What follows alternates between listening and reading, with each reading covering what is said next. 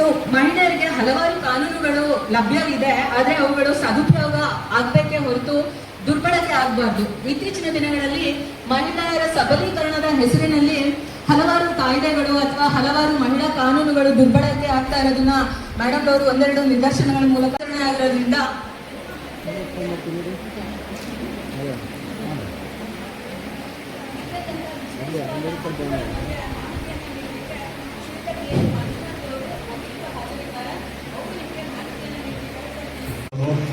ಆಮೇಲೆ ಏನು ಮರಣ ಹೊಂದಿರುವ ಗೃಹಲಕ್ಷ್ಮಿ ಯೋಜನೆಯ ಫಲಾನುಭವಿಗಳೇನಿದ್ದಾರೆ ಅವ್ರದ್ದು ಅಮೌಂಟ್ ವಾಪಸ್ಸು ಬರಬೇಕು, ಅವ್ರಿಗೆ ಅವ್ರ ಖಾತೆಗೆ ಹೋಗ್ತಾ ಇದೆ. ಆ ಒಂದು ನಿಟ್ಟಿನಲ್ಲಿ ನಾವು ಕೆಲಸ ಕಾರ್ಯಗಳು ಮಾಡೋ ಅವ್ರನ್ನ ಗುರುತಿಸಿ ಅವರು ಇದನ್ನ ರೇಷನ್ ಕಾರ್ಡ್ನಲ್ಲಿ ಅವ್ರನ್ನ ಡಿಲೀಟ್ ಮಾಡಿ ಅವ್ರಿಗೇನು ಹೋಗಿರುವಂತಹ ಅನುದಾನವನ್ನು ವಾಪಸ್ಸು ಸರ್ಕಾರಕ್ಕೆ ಜಮೆ ಮಾಡೋ ಒಂದು ಕಾರ್ಯಕ್ರಮದಲ್ಲಿ ಈ ನಿಟ್ಟಿನಲ್ಲಿ ನಾವು ತಳಮಟ್ಟದಲ್ಲಿ ಕಾರ್ಯಕ್ರಮ ಮಾಡ್ತಾ ಇರುವಂತಹ ಅಂಗನವಾಡಿ ಕಾರ್ಯಕರ್ತರಿಗೆ ಸೂಕ್ತ ಸಲಹೆ ಮತ್ತು ಮಾರ್ಗದರ್ಶನ ಕೊಡಬೇಕು ಅಂತ ಹೇಳಿ ನಮ್ಮ ಜಿಲ್ಲಾಧ್ಯಕ್ಷರು ಹಾಗೂ ತಾಲೂಕಾಧ್ಯಕ್ಷರು ಇದಕ್ಕೆ ಒಂದು ಯೋಜನೆಯನ್ನು ರೂಪಿಸಿಕೊಟ್ಟಿದ್ದಾರೆ. ಅವರಿಗೆ ನಮ್ಮ ಏನು ಇಲಾಖೆ ಪರವಾಗಿ ಹಾಗೂ ನನ್ನ ವೈಯಕ್ತಿಕವಾಗಿ ಅವರಿಗೆ ಅಭಿನಂದನೆಯನ್ನು ಸಲ್ಲಿಸ್ತಾ ಇದ್ದೇನೆ. ನಮ್ಮಲ್ಲಿ ನಮ್ಮ ಕನಕಪುರ ತಾಲೂಕಿನಲ್ಲಿ 1660 ಏನು ಇದು ಮರಣ ಹೊಂದಿರುವ ಒಂದು ಫಲಾನುಭವಿಗಳಿದ್ದಾರೆ. ಅದರಲ್ಲಿ ಈಗಾಗಲೇ 385 ನಾವು ನೋಂದಣಿ ಅವ್ರನ್ನ ಡಿಲೀಟ್ ಮಾಡಿ ಹೊಸದಾಗಿ ನೋಂದಣಿ ಮಾಡಿದ್ದೀವಿ. ಅವ್ರ ಅಮೌಂಟನ್ನು ಸಹ ನಾವು ಸರ್ಕಾರಕ್ಕೆ ಜಮೆ ಮಾಡುವ ಒಂದು ಕಾರ್ಯಕ್ರಮನ ನಾವು ಮಾಡ್ತಾ ಇದ್ದೀವಿ. ಇನ್ನು ಉಳಿಕೆ 1275 ಫಲಾನುಭವಿಗಳಿದ್ದಾರೆ. ಅವ್ರಿಗೆ ಅಮೌಂಟು ಸಹ ಹೋಗಿದೆ ಅಂತ ನಮ್ಮ ಒಂದು ಇದರಲ್ಲಿ ಸರ್ಕಾರದ ರಾಜ್ಯ ಮಟ್ಟದಿಂದ ನಮಗೆ ಮಾಹಿತಿ ಮತ್ತು ಲಿಸ್ಟ್ ಎಲ್ಲ ಕೊಟ್ಟಿದ್ದಾರೆ. ಆ ಲಿಸ್ಟ್ನ ನಾವೆಲ್ಲ ಇವಾಗ ನಿಮಗೆಲ್ಲ ಶೇರ್ ಮಾಡಿದ್ದೀವಿ. ಈಗಾಗಲೇ ಅದರಲ್ಲಿ ನಾವು ಕಾರ್ಯೋನ್ಮುಖರಾಗಿದ್ದೀವಿ ಈ ಒಂದು ಕಾರ್ಯಕ್ರಮ ಮಾಡಲಿಕ್ಕೆ.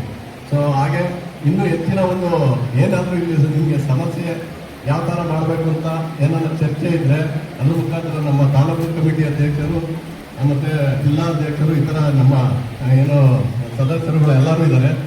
ಹಾಗೆ ಎಲ್ಲ ಅಧಿಕಾರಿ ಮಿತ್ರರು ಇದ್ದಾರೆ.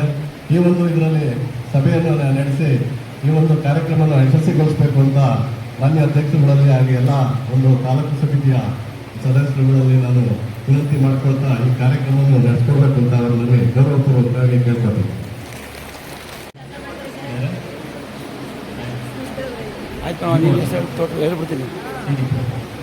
ಏನಿಲ್ಲ, ಮುಖ್ಯ ಒಂದು ಜಾಸ್ತಿ ಈ ಕಾರ್ಯಕ್ರಮ ಜಾಸ್ತಿ ಸಮಯ ತಗೊಳ್ಳೋದಿಲ್ಲ. ಒಂದೇ ವಿಚಾರ ಆದ್ರಿಂದ ನಾನೀಗಲಿ ಜಿಲ್ಲಾಧ್ಯಕ್ಷ ಆಗಲಿ ಎಲ್ಲರೂ ಮಾತಾಡೋ ಅವಶ್ಯಕತೆ ಇಲ್ಲ.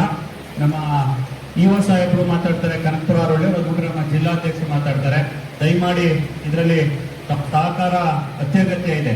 ಕಾರಣ ಏನು ಅಂದ್ರೆ ಈ ಗೃಹಲಕ್ಷ್ಮಿ ನಮ್ಮ ಸರ್ಕಾರದ ಏನು ಯೋಜನೆ ಇದೆ ಇದು ಪ್ರತಿಯೊಬ್ಬರಿಗೂ ತಲುಪಬೇಕು ಅನ್ನೋದು ನಮ್ಮ ಸರ್ಕಾರದ ಚಿಂತನೆ.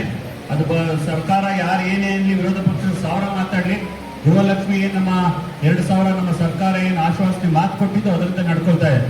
ಇದರಲ್ಲಿ ಸಣ್ಣ ಪುಟ್ಟ ಈಗೇನು ತೀರೋಗಿರ್ತಕ್ಕಂಥವ್ರು ಸತ್ತೋಗಿರ್ತಕ್ಕಂಥವ್ರು ಯಾವ ರೀತಿ ಅವ್ರನ್ನ ಇದ್ರೂ ಅದು ಮಾಹಿತಿ ಕೊಡದೆ ಅವ್ರ ಅಕೌಂಟ್ಗೆ ಹೋಗ್ತಾ ಅದ್ರ ಯಾವ ರೀತಿ ಡಿಲೀಷನ್ ಮಾಡಬೇಕು, ಅದನ್ನ ಏನಾದ್ರು ಮಾಡಬೇಕು ಅಂದ್ರೆ ತಾವು ಪ್ರಮುಖ ಪಾತ್ರ ವಹಿಸಬೇಕು. ದಯಮಾಡಿ ಇದನ್ನ ನಮ್ಮ ಇಒ ಅವರು ಮತ್ತೆ ನಮ್ಮ ಜಿಲ್ಲಾಧ್ಯಕ್ಷರು ಸಂಕ್ಷಿಪ್ತವಾಗಿ ನಮ್ಗೆ ಹೇಳ್ತಾರೆ. ಒಂದು 15 ರಿಂದ 20 ನಿಮಿಷ ಸಾಧುವಾನಾಗಿ ತಮ್ಮ ಮೊಬೈಲ್ಗಳನ್ನ ಆಫ್ ಮಾಡ್ಕೊಂಡು ಒಂದು 10 ನಿಮಿಷ ಕೇಳ್ಕೊಂಡು ಇದರಲ್ಲಿ ತಾವು ಸಹಕಾರ ಕೊಡಬೇಕು ಅಂತ ತಮ್ಮನ್ನ ಕೇಳ್ಕೊತೀನಿ. ಈಗ ನಮ್ಮ ಕನಕಪುರ ಇಒ ಆದಂತ ಅವಿನಾಶ್ ಅವರು ತಮಗೆ ಇದ್ರ ಬಗ್ಗೆ ಸಲಹೆಯನ್ನು ದಯಮಾಡಿ ಕೊಡಬೇಕು. ನಮ್ಮ ಕನಕಪುರ ತಾಲೂಕು ಗ್ಯಾರಂಟಿ ಯೋಜನೆ ಅಧ್ಯಕ್ಷರು ಹೇಳಿದ ಹಾಗೆ ಒಂದು ಅಂಕಿ ಅಂಶಗಳನ್ನು ಹೇಳಕ್ಕೆ ಇಷ್ಟಪಡ್ತೀನಿ. ಕನಕಪುರದಲ್ಲಿ ಒಟ್ಟು ಪಡಿತರ ಚೀಟಿ ಹೊಂದಿರುವ ಸಂಖ್ಯೆ ನಗರ ಮತ್ತು ಗ್ರಾಮೀಣ ಭಾಗ ಎರಡೂ ಭಾಗದಲ್ಲಿ ಸೇರಿ 73,761. ಅದರೊಳಗೆ ಗೃಹಲಕ್ಷ್ಮಿ ಯೋಜನೆ ಅಡಿಯಲ್ಲಿ ನೋಂದಣಿ ಆಗಿರುವಂಥ ಫಲಾನುಭವಿಗಳು ಗ್ರಾಮೀಣ ಮತ್ತು ನಗರ ಎರಡೂ ಸೇರಿ 70,177. ಹಾಗೆ ಇನ್ನು ಬಾಕಿ ಇರುವಂಥದ್ದು ಇನ್ನು 3,584. ಶೇಕಡವಾರು ನೋಡಿದ್ರೆ ನಮ್ಮ ತಾಲೂಕಿನಲ್ಲಿ 95% ಶೇಕಡ ಕವರಪ್ ಆಗಿದೆ ಗೃಹಲಕ್ಷ್ಮಿ ಯೋಜನೆಯಲ್ಲಿ. ಇನ್ನು ಬಾಕಿ ಉಳಿದಿರುವಂಥದ್ದು ಕೇವಲ 4.86% ಅಷ್ಟೇ. ಇದರೊಳಗೆ ಈ ಬಾಕಿ ಇರುವಂಥ ಏನು 3,584 ಇದೆ, ಅದಕ್ಕೆ ಕಾರಣಗಳು ಏನು ಅಂದರೆ, ಒಂದು ಆದಾಯ ತೆರಿಗೆ ಮತ್ತು GST ಪಾವತಿದಾರರು, ಅದರ ನಂಬರ್ ಬಂದು 956. ಆಮೇಲೆ ಮರಣ ಹೊಂದಿರುವಂಥದ್ದು ಗೃಹಲಕ್ಷ್ಮಿ ಯೋಜನೆಯಲ್ಲಿ ನೋಂದಣಿಯಾಗಿ ಫಲಾನುಭವಿಗಳು ಮರಣ ಹೊಂದಿರುವಂಥವರು 559. ಕುಟುಂಬದಲ್ಲಿ ಯೋಜನೆ ಯಜಮಾನರು ಇತರ ಪಡಿತರ ಚೀಟಿ ಸಂಖ್ಯೆ 502. ಸರ್ಕಾರಿ ನೌಕರರು APL ಪಡಿತರ ಚೀಟಿ ನೋಂದಣಿ ಮಾಡಿಸದೇ ಇರುವವರು 592. ಪಡಿತರ ಚೀಟಿ ತಿದ್ದುಪಡಿಗೆ ಇರುವಂಥದ್ದು 975. ಒಟ್ಟು 3584. ಇದರೊಳಗೆ ಏನು ಮರಣ ಹೊಂದಿದ್ದಾರೆ, ಮರಣ ಹೊಂದಿರೋ ಸಂಖ್ಯೆ ಬಂದು 1660 ಕನಕಪುರ ತಾಲೂಕಿನಲ್ಲಿ. ಹಾಗೆ CDPO ಲಾಗಿನ್ ನಲ್ಲಿ ಅಪ್ರೂವಲ್ ಪೆಂಡಿಂಗ್ ಇರುವಂಥದ್ದು 385. ಸೊ ಇವಾಗ ಏನು ಅಂದ್ರೆ ಈ ಒಂದು ಮೀಟಿಂಗ್ ಕರೆದಿರುವಂತ ಅಜೆಂಡಾ ಏನು ಅಂದ್ರೆ ಏನು ಮರಣ ಹೊಂದಿದ್ದಾರೆ 1660. ಈ ಮರಣ ಹೊಂದಿದ್ರು ಕೂಡ ಅವರಿಗೆ ಗೃಹಲಕ್ಷ್ಮಿ ಯೋಜನೆಯಲ್ಲಿ ಅವರ ಅಕೌಂಟ್ ಖಾತೆಗೆ ಏನು ಜಮೆ ಆಗ್ತಿದೆ ಅದನ್ನ ಡಿಲೀಷನ್ ಮಾಡಿಸ್ಬೇಕು. ಅದು ಒಂದು ಮೇನ್ ಅಜೆಂಡಾ. ಎರಡನೇದು ಏನು 3584 ಬಾಕಿ ಇರುವಂತಹ ಫಲಾನುಭವಿಗಳದು ಇದು ಸ್ಟೇಟ್ ಸಮಸ್ಯೆ. ಸೊ ಸ್ಟೇಟ್ ಹಂತದಲ್ಲಿ ಇದು ಸಮಸ್ಯೆಯನ್ನು ಬಗೆಹರಿಸ್ಕೋಬೇಕು. ಹಾಗಾಗಿ ಅಧ್ಯಕ್ಷರು ನಮ್ಮ ಡಿಸ್ಟಿಕ್ ಗ್ಯಾರಂಟಿ ಯೋಜನೆ ಅಧ್ಯಕ್ಷರಾದಂಥ ರಾಜು ಸರ್ ನಿಮಗೆ ಡೈರೆಕ್ಷನ್ಸ್ ಕೊಡ್ತಾರೆ, ಯಾವ ಥರ ಅದನ್ನ ಡಿಲೀಷನ್ ಮಾಡಬೇಕು, ಹೇಗೆ ನೀವು ಫೀಲ್ಡಲ್ಲಿ ಅದನ್ನ ವೆರಿಫಿಕೇಶನ್ ಮಾಡಬೇಕು ಅಂತ ಹೇಳಿ ಅವರು ನಿಮಗೆ ಮಾರ್ಗದರ್ಶನ ಕೊಡ್ತಾರೆ. ಸರಿ,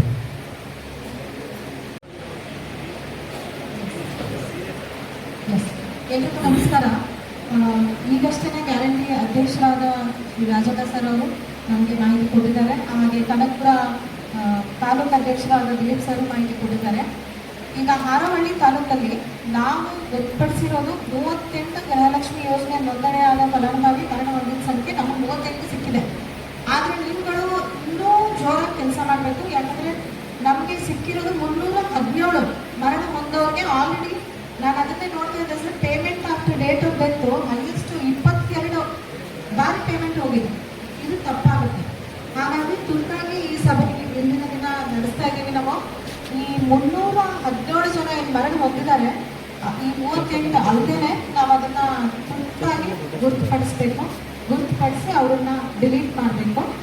ಅದೇ ರೀತಿ ಆದಾಯ ತೆರಿಗೆ ಮತ್ತು GST ಪಾವತಿದಾರರ ಸಂಖ್ಯೆ 510 ಆಗಿದೆ ಹಾರೋಹಳ್ಳಿಯಲ್ಲಿ. ಒಟ್ಟು ಈ ಥರ 997 ನಾವು ರೆಕ್ಟಿಫೈ ಮಾಡಬೇಕಾಗಿದೆ.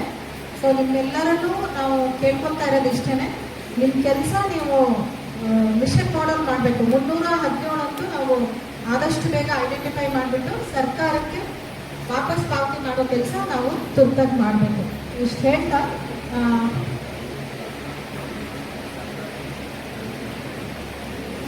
ಈಗ ಅಧ್ಯಕ್ಷರು ನಿಮ್ಗೆಲ್ಲರಿಗೂ ಬೋಧಿಸ್ತಾರೆ.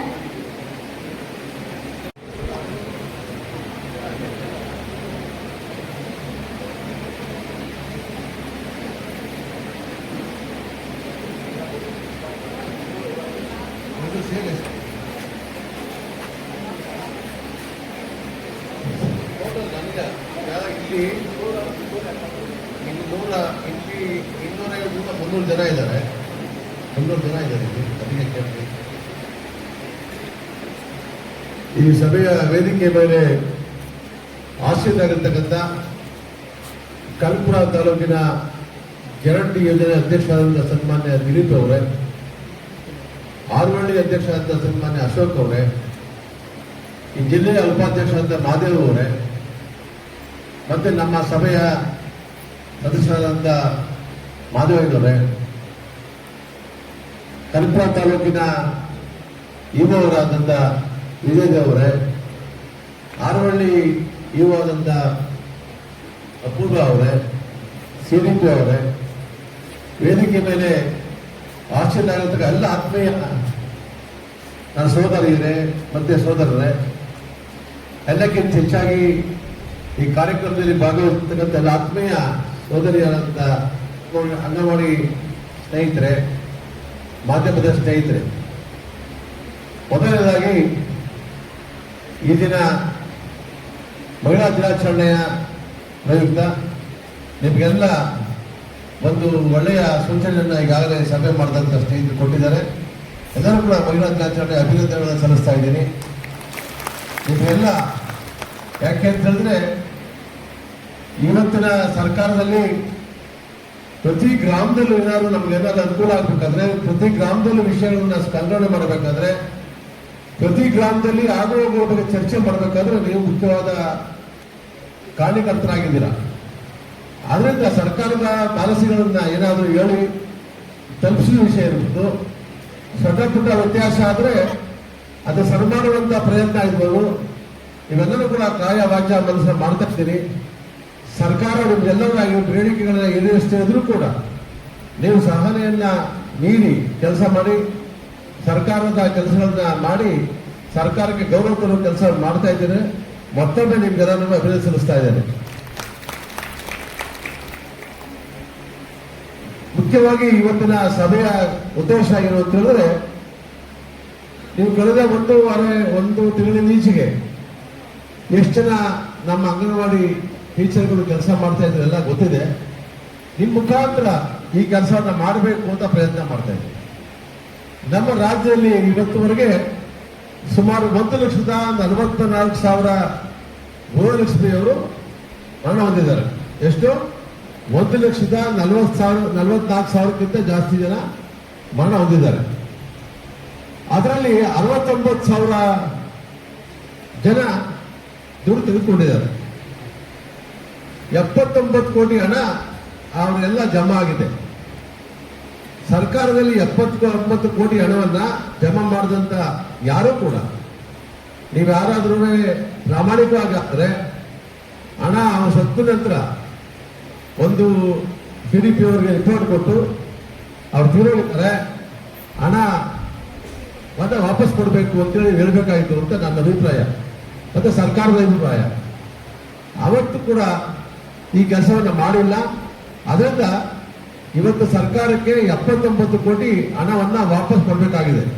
ಯಾರಾದರೂ ಒಂದು ವೇಳೆ ಹಣ ಬಳಸ್ಕೊಂಡಿದ್ರು ಕೂಡ ಅವರು ಕೂಡ ಅವರ ಬೇರೆ ಹಣವನ್ನ ಅವರ ಮಕ್ಕಳಾಗಲಿ ಸೊಸೆಯಂದ್ರಾಗಲಿ ಬಳಸ್ಕೊಂಡ್ರೆ ಅದು ಕೂಡ ಅಪರಾಧ ಆಗ್ತದೆ. ಅದರಿಂದ ಇದನ್ನ ಪ್ರಾಮಾಣಿಕವಾಗಿ ಹಳ್ಳಿಗಳಲ್ಲಿ ತಿಳಿಸಬೇಕಾದ ವಿಷಯ ಏನು ಅಂತ ಹೇಳಿದ್ರೆ, ಅಂಗನವಾಡಿ ಸೋದರಿಯರನ್ನ ಕರೆದು ಅವರಿಗೆ ಯಾವ ಗ್ರಾಮದಲ್ಲಿ ಯಾರು ಮರಣ ಹೊಂದಿದ್ದಾರೆ ಅದರ ಮಾಹಿತಿಯನ್ನು ಕೊಟ್ಟು ಯಾವುದೇ ಅನ್ಯಾಯ ಆಗದಾಗೆ ಲೋಪದೋಷ ಆಗದಾಗೆ ಈ ಕೆಲಸವನ್ನು ಮಾಡಲಿಕ್ಕೆ ನಿಮ್ಗೆಲ್ಲರೂ ಕೂಡ ಕರೆದಿದ್ದೀವಿ. ದಯಮಾಡಿ ನೀವೆಲ್ಲರೂ ಕೂಡ ಪ್ರತಿ ಗ್ರಾಮದಲ್ಲಿ ಅಂಗನವಾಡಿ, ನಮ್ಮ ಸ್ನೇಹಿತರು ಹೇಳ್ತಿದ್ರು ದಿಲೀಪ್ ಅವರು 50-60 ಕಡೆ ಅಂಗನವಾಡಿ ಟೀಚರ್ ಇಲ್ಲ ಅಂತ. ನಂಗೆ ಗೊತ್ತಿಲ್ಲ ಯಾಕೆ ಅಂತ, ಖಾಲಿ ಇದೆ ಅಂತ. ಬೇಕಿತ್ತ ಯಾಕೆ ಪ್ರಯತ್ನ ಮಾಡಿಲ್ಲ? ಆಯ್ತು, ನಾನು ನಮಗೆ ಈಗ 50-60 ಜನ ಮಹಿಳೆಯರು ನಮ್ಮಲ್ಲಿ ಅಂಗನವಾಡಿ ಟೀಚರ್ ಇಲ್ಲ ಅಂದ್ರೆ ಆ ಗ್ರಾಮದಲ್ಲಿ ಏನ್ ಮಾಡಬೇಕು ಅಂತ ನಾವು ನಮ್ಮ ಸ್ನೇಹಿತರು ದಿಲೀಪ್ ಅವರು ಮತ್ತೆ ಶ್ರೀದೀಪ್ ಅವರೆಲ್ಲ ಮಾತಾಡ್ತೀವಿ. ಯಾವ ಗ್ರಾಮದಲ್ಲಿ ಅಂಗನವಾಡಿ ಟೀಚರ್ ಇದ್ದಾರೋ ಆ ಗ್ರಾಮದಲ್ಲಿ ಯಾರೇ ಮರಣ ಹೊಂದಿದ್ರು ಕೂಡ ಅವತ್ತು ಮತ್ತೆ 2 ದಿವಸ 3 ದಿವಸ ಒಳಗಡೆ ಅಂಕಿಅಂಶದ ಪ್ರಕಾರ ನಮ್ಮ ಸಿಡಿಪಿ ಅವರು ತಿಳಿಸ್ಬೇಕು, ಇವರು ತಿಳಿಸ್ಬೇಕು. ಇದನ್ನ ಮಾಡಿದ್ರೆ ಸರ್ಕಾರದಲ್ಲಿ ಏನು ಸವಲತ್ತು ಕೊಡ್ತಾ ಇದ್ದಾರೆ ನೀವು ನೋಡ್ತಾ ಇದ್ದೀರಿ. ಈಗಾಗಲೇ ನಾನು ಹೇಳಿದಾಗೆ ಸರ್ಕಾರ ಹೇಳ್ತಾ ಇದೆ ವರ್ಷಕ್ಕೆ 52,000 ಕೋಟಿ ಹಣವನ್ನ ಈ ಪಂಚ ಗ್ಯಾರಂಟಿ ಕೊಡ್ತಾ ಇದೆ. ಈ ಪಂಚ ಗ್ಯಾರಂಟಿಯ ಉದ್ದೇಶ ಏನು ಅಂದ್ರೆ ಬಡವರನ್ನ ಮೇಲೆತ್ತಿ ಕೆಲಸವನ್ನ, ಈಗ ನೀವೆಲ್ಲ ನೋಡಿದ್ದೀರ, ನಿಮಗೇನೋ ಒಂದು 10,000 ಸಂಬಳ ಬರ್ತದಲ್ವಾ? 10,000 ತಾನೆ? 12 ಈಗ 12 ಮಾಡಿದಾರಲ್ವಾ? 12,000 ಸಂಬಳ ಬರೋದ್ರಿಂದ ನಿಮ್ಗೆ ನೀವೆಲ್ಲ ಪಾಪ ಬಡವರೇ ಇರುವುದು, ಅದೇನು ಅನುಕೂಲ ಯಾರು ಇರುವುದಿಲ್ಲ. ಆದ್ರೆ ಗೃಹಲಕ್ಷ್ಮಿ ಯೋಜನೆಯಲ್ಲಿ 2,000 ಹಣ ಪಡಿತಾ ಇದ್ದಾರಲ್ಲ, ನಿಮ್ನ ಹೊರತುಪಡಿಸಿ ಸುಮಾರು 71,000 ಜನ ಕೊಡ್ತಾ ಇದ್ದಾರೆ ಅಂತ ಅಂಕಿಅಂಶ ಹೇಳ್ತಾ ಇದೆ. 70,171 ಜನ ಗೃಹಲಕ್ಷ್ಮಿಯರು ಈ ಹಣ ಪಡಿತಾ ಇದ್ದಾರೆ. ಒಂದು 350-400 ಜನ ಬಿಟ್ರೆ ಉಳಿದೆಲ್ಲರೂ ಕೂಡ 2,000 ರೂಪಾಯಿ ದೊಡ್ಡ ವಿಷಯ. ನಮ್ಗೆ ನಿಮ್ಗೆ 10,000-12,000 ಬರ್ತಾ ಇರೋದ್ರಿಂದ ನಮ್ಗೆ ದೊಡ್ಡ ವಿಷಯ ಇಲ್ಲದೆ ಇರ್ಬೋದು. 2,000 ರೂಪಾಯಿ ಹಣ ಬರ್ತಾ ಇರೋದ್ರಿಂದ ಅವರ ಹಣಕಾಸಿನ ಪರಿಸ್ಥಿತಿ ಉತ್ತಮಗೊಳಿಸಿದೆ. ಮಕ್ಕಳುಗಳಿಗೆ ಏನಾದ್ರು ಆರೋಗ್ಯ ಸಮಸ್ಯೆ ಆದರೆ ಹಾಸ್ಪಿಟಲ್ಗೆ ಹೋಗೋಕೆ ಅಥವಾ ಇನ್ನೇನಾದ್ರೂ ಸಣ್ಣ ಪುಟ್ಟ ಖರ್ಚು ಬಂದರೆ ಪರಿಹಾರ ಮಾಡಲಿಕ್ಕೆ ಗೃಹಲಕ್ಷ್ಮಿ ಹಣ ಬಳಕೆ ಆಗ್ತಾ ಇದೆ. ಜೊತೆಗೆ ನಮಗೆಲ್ಲ ಗೊತ್ತು, ನಾವು ಹಳ್ಳಿ ಹುಟ್ಟಿ ಬೆಳೆದ್ರಿಂದ ಎಲ್ಲರೂ ಮಹಿಳೆಯರು ಹೊರಗಡೆ ಹೋಗ್ಬೇಕಾದ್ರೆ ಗಂಡನ್ನೇ ಆಶ್ರಯಿಸಬೇಕು, ಇಲ್ಲ ತಂದೆ ತಾಯಿಗಳನ್ನ ಆಶ್ರಯಿಸ ಮಾಡಬೇಕಾಯಿತು. ಅವ್ರ ಮುಖಾಂತರ ಹಣ ಪಡೆದು ಯಾವುದೋ ಬಸ್ ಚಾರ್ಜ್ಗೆ ಹೋಗ್ಬೇಕಾಯಿತು. ಸರ್ಕಾರ ಇವತ್ತು ಈ ಮಹಿಳೆಯರಿಗೆ ಆತ್ಮಬಲವನ್ನು ತುಂಬಬೇಕು, ಆತ್ಮಗೌರವವನ್ನು ಹೆಚ್ಚು ಮಾಡಬೇಕು ಅಂತ ಉದ್ದೇಶ ಒಂದು ಶಕ್ತಿ ತಂದಿದೆ. ನಾವು ಪ್ರಧಾನವಾಗಿ 87ರಿಂದ ನಾನು ನೋಡಿ ಜನರ ಮಧ್ಯೆ ಇದ್ದೀನಿ.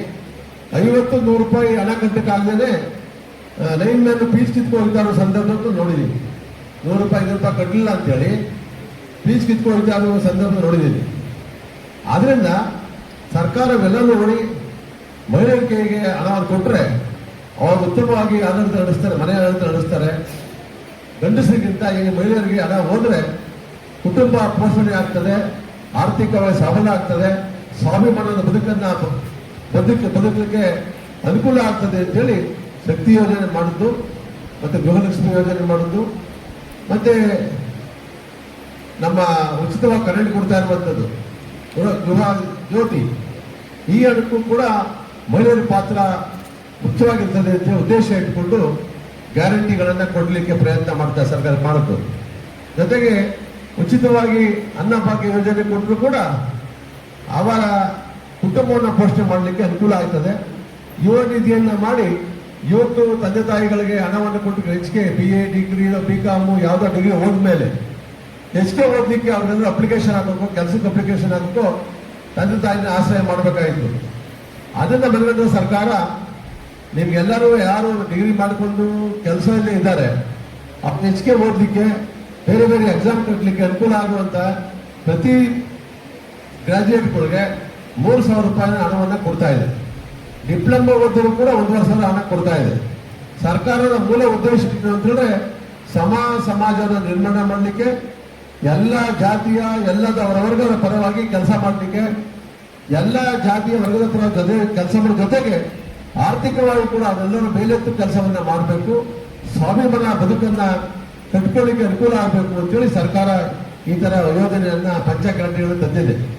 ದಯಮಾಡಿ ನೀವೆಲ್ಲ ತಾಯಂದಿರು ನಿಮಗೆ ಕೈ ಮುಗಿದು ಕೇಳ್ಕೊತೀನಿ, ಯಾರು ಅನಿತಾ ಬಾಸ್ ಕರೆದಿ ಹಳ್ಳಿಗಳಲ್ಲಿ ಯಾರು ಮರಣ ಹೊಂದ್ತಾರೆ ಅದನ್ನ ಅವತ್ತೇ ದಿನ ಅಥವಾ ಮಾರನೆಗೆ ನೀವು ತಿಳಿಸಿ, ಯಾರು ಗೃಹಲಕ್ಷ್ಮಿ ಯೋಜನೆ ಅಡಿಯಲ್ಲಿ ಹಣ ಪಡಿತಾ ಇದ್ದಾರೆ, ಹಣ ಪಡಿಲಿಕ್ಕೆ ಯಾರಾದ್ರೂ ಪ್ರಯತ್ನ ಮಾಡ್ತಾ ಇದ್ರೆ ಅದು ತಪ್ಪಾಗ್ತದೆ, ಅಪರಾಧ ಆಗ್ತದೆ. ನೀವು ದಯಮಾಡಿ ಆ ಕೆಲಸ ಮಾಡಬೇಡಿ. ಹಣ ಮರಣ ಒಂದು ದಿನ ಅವತ್ತು ಅಥವಾ ಮಾಡೇ ದಿವಸ ಯಾವತ್ತಾದ್ರೂ ಅವ್ರಿಗೆ ರಿಪೋರ್ಟ್ ಕೊಟ್ಟು ಸರ್ಕಾರಕ್ಕೆ ಬರುವಂತ ಅನುಕೂಲವನ್ನ ಪಡ್ಕೋಬೇಕೆ ಹೊರತು ಅದನ್ನು ದುರುಪಯೋಗ ಆಗಬಾರ್ದು ಅಂತೇಳಿ ತಿಳಿಸ್ಬೇಕು. ಆ ಕೆಲಸವನ್ನ ಮಾಡಲಿ. ಅದು ನಿಮ್ಮ ಮುಖಾಂತರ ಇದು ಪರಿಣಾಮಕಾರಿಯಾಗಿ ಜಾರಿಯಾಗಲಿ ಜನಗಳಿಗೆ ಅಂತೇಳಿ ಈ ಕಾರ್ಯಕ್ರಮದಲ್ಲಿ ನೀವು ಕರೆದು ಮಾತಾಡಿ ತಮ್ಮ ಅನಿಸಿಕೆಗಳನ್ನು ಹಂಚಿಕೊಳ್ಳಿಕ್ಕೆ ಈ ಕಾರ್ಯಕ್ರಮ ಮಾಡ್ತಾ ಇದ್ದೀವಿ. ದಯಮಾಡಿ ಎಲ್ಲ ಸೋದರಿಯರು ಎಲ್ಲರೂ ಕೂಡ ನೀವೆಲ್ಲರ ಪ್ರಯತ್ನ ಮಾಡಿ, ಪ್ರಾಮಾಣಿಕ ಪ್ರಯತ್ನ ಮಾಡಿ, ಯಾವುದೇ ಸಂದರ್ಭದಲ್ಲೂ ಕೂಡ ಸರ್ಕಾರಕ್ಕೆ ಮುಜುಗರ ಆಗುವಂತ ಕೆಲಸವನ್ನ ಎಷ್ಟೋ ಜನ ಮಾಡಿದ್ದಾರೆ. ಮತ್ತೆ ಅದಾಗಬಾರ್ದು, ರಿಪೀಟ್ ಆಗಬಾರ್ದು. ಮತ್ತೆ ಹೆಚ್ಚು ಹೆಚ್ಚು ಕೆಲಸವನ್ನ ಮಾಡಲಿ. ನಮ್ಮ ಗೃಹಲಕ್ಷ್ಮಿ ಯೋಜನೆಗಳಿಗೆ ಅನುಕೂಲ ಆಗುವ ಕೆಲಸ ಮಾಡಬೇಕು. ನಾನು ನೋಡಿದ್ದೀನಿ ಇವತ್ತೆಲ್ಲ ಎಷ್ಟು ಕಡೆ ಗೃಹಲಕ್ಷ್ಮಿ ಯೋಜನೆಗಳಲ್ಲಿ ಹಣ ಬರ್ತಾ ಇಲ್ಲ ಅಂತೇಳಿ ಕೆಲವರು ಮಾಧ್ಯಮದ ನಮ್ಮ ಸ್ನೇಹಿತರು ನಮ್ಮ ಮುಂದೆ ಹೇಳಿದ್ದಾರೆ, ಮಾಧ್ಯಮದ ಮುಂದೆ ಕೂಡ ಹೇಳ್ತಾ ಇದ್ದಾರೆ. ಯಾಕೆ ಹಣ ಬರ್ತಾ ಇದೆ ಅಂದ್ರೆ, ಕೆಲವರು GST ಅಂದ್ರೆ ನಮ್ಮ ಸರ್ಕಾರದ GST ಯಾರು ಕಟ್ಟಿದಾರೋ, ಇನ್ಕಮ್ ಟ್ಯಾಕ್ಸ್ ಯಾರು ಕಟ್ಟಿದಾರೋ, ಕಾರನ್ನ ಯಾರು ಪಡೆದಿದ್ದಾರೋ, ಅಥವಾ 10 ಎಕರೆಗಿಂತ ಜಮೀನು 7 ಎಕರೆ 7.5 ಎಕರೆಗಿಂತ ಜಾಸ್ತಿ ಜಮೀನು ಇದೆಯೋ, 1,20,000ಕ್ಕಿಂತ ಆದಾಯ ಜಾಸ್ತಿ ಯಾರಿಗಿದೆಯೋ ಅವೆಲ್ಲವನ್ನ ಕಾರ್ಡನ್ನ ಕಡಿಮೆ ಮಾಡಿ ಕಿತ್ತಾಕಿದ್ದಾರೆ. ಅದಕ್ಕೆ ಉದ್ದೇಶ ಏನು ಅಂತ ಹೇಳಿದ್ರೆ, ಇದು ಕೇಂದ್ರ ಸರ್ಕಾರದ ಆದೇಶ. ಕೇಂದ್ರ ಸರ್ಕಾರ ನಮ್ಗೆಲ್ಲ ಒಂದು 3-4 ತಿಂಗಳಿಂದ ಒಂದು ಸುತ್ತಲೇ ಬಂದು ಸರ್ಕಾರಕ್ಕೆ ಬಂದಿದೆ. 1,20,000ಕ್ಕಿಂತ ಜಾಸ್ತಿ ಆದಾಯ ಇದ್ರೆ ಅವ್ರಿಗೆ ಹಸಿರು ಕಾರ್ಡನ್ನ ಕಿತ್ತಾಕ್ಬೇಕು, ಅಂದ್ರೆ BPL ಕಾರ್ಡನ್ನ ಕಿತ್ತಾಕ್ಬೇಕು ಅಂತೇಳಿ. ಆಮೇಲೆ 7.5 ಎಕರೆಗಿಂತ ಅಂದ್ರೆ 3 ಹೆಕ್ಟೇರ್ಗಿಂತ ಜಾಸ್ತಿ ಯಾರಿಗಿದೆ ಜಮೀನಿದೆಯೋ ಆ ಅವರು ಕೂಡ BPL ಕಾರ್ಡ್ ಕಿತ್ತಾಕ್ಬೇಕು ಅಂತ ಹೇಳಿ. ಆಮೇಲೆ ಯಾರು ಸ್ವಂತ ಕಾರನ್ನ ಹೊಂದಿದ್ದಾರೆ ಅವರು ಕೂಡ ಕಿತ್ತಾಕ್ಬೇಕು ಅಂತ ಹೇಳಿದ್ದಾರೆ. ಕೇಂದ್ರ ಸರ್ಕಾರದ ಆದೇಶದ ಮೇರೆಗೆ ಸುಮಾರು ನಮ್ಮ ಜಿಲ್ಲೆಯಲ್ಲಿ ಸುಮಾರು 15,000 ಕಾರ್ಡನ್ನ ಬದಲಾವಣೆ ಮಾಡಿದ್ದಾರೆ. ಈಗಾಗಲೇ ನಮ್ಮ ಸಿಡಿಪಿಗಳು ಮತ್ತೆ ನಮ್ಮ ತಾಲೂಕಿನ ಅಧ್ಯಕ್ಷರು ಮತ್ತೆ ಸದಸ್ಯರುಗಳು ಪ್ರಯತ್ನ ಮಾಡಿ 3,000ದಿಂದ ಜಾಸ್ತಿ ನಮ್ಮ ತಾಲೂಕಿನಲ್ಲಿ, ನಮ್ಮ ಕಲ್ಪುರ ತಾಲೂಕಿನಲ್ಲಿ ಸುಮಾರು 2,000.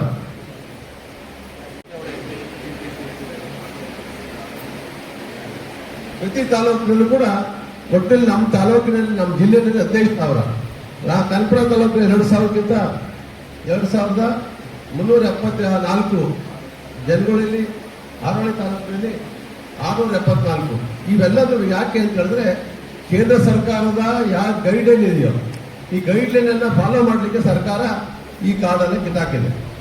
ಸರ್ಕಾರ ಯಾರೇ ಈಗ ಕೇಂದ್ರ ಸರ್ಕಾರದ ಮೇಲೆ ದೊಡ್ಡ ನಾನು ಸತ್ಯವನ್ನ ನೀವು ತಿಳಿಸಬೇಕಾಗ್ತದೆ. ಕೇಂದ್ರ ಸರ್ಕಾರ ಏನು ಆದೇಶ ಮಾಡಿದೆ ನಮ್ಮ ರಾಜ್ಯ ಸರ್ಕಾರಕ್ಕೆ ಸುತ್ತೋಲೆ ಕಳಿಸಿದೆಯೋ ಅದರ ಪ್ರಕಾರ ಈ ಕೆಲಸವನ್ನ ರಾಜ್ಯ ಸರ್ಕಾರ ಮಾಡಿದೆ.